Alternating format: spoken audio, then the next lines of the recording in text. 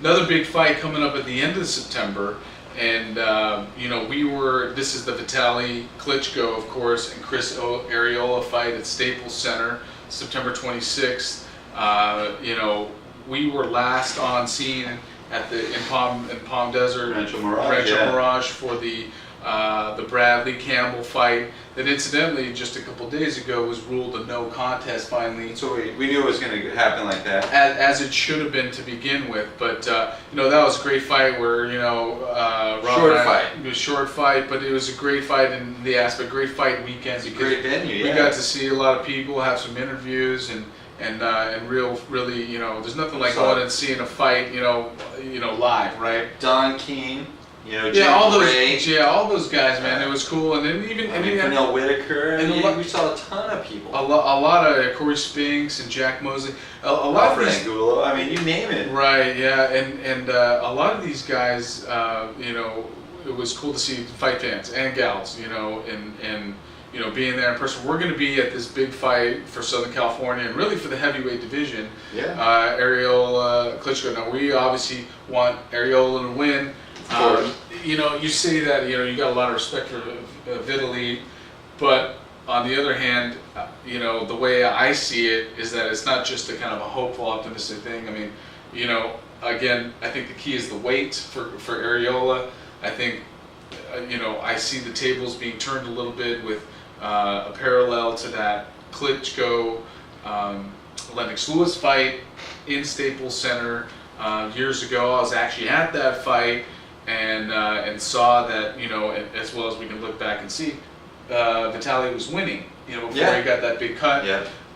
And then, of course, Lennox Lewis retired, and Vitali's gone on and with his brother to be the heavyweight, bookends of the division. And they got it sewed up pretty tight. They got it sewed up. So, and the Arreola is the great American white hope. But he's not white, he's Mexican, and he's from Southern California. He's non-European, so he's aggressive. Right, it's not that style, it's the American style and the Mexican style, and we're excited to see it live. If you're going to see the fight, look us up. We're, I think, in the 104 or some section. Tickets are right there. Yeah, they're there. So I think there's probably still tickets available, so on StubHub or wherever. I'm sure they're marked up a tad bit, though. So again, the key's the weight, and I mean, what are your thoughts on the fight as we get a little closer to that? Obviously I want Arreola to win because he's right down the street, hometown guy, he's a U.S. guy.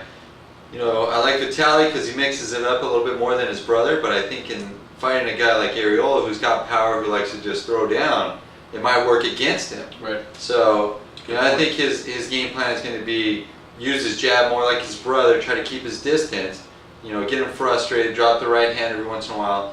It all depends on if Arreola comes full speed ahead and just lets it hang out and just fights every round like it's the last round, as opposed to trying to maybe slim down, be faster, outbox him, because he's not going to outbox him. He's not going to be faster. His only shot is to get inside where, Klitschko can't just keep him on the end of a jab and mix it up and go to the body, maybe come up through the top with some sort of uppercut and knock him out. He can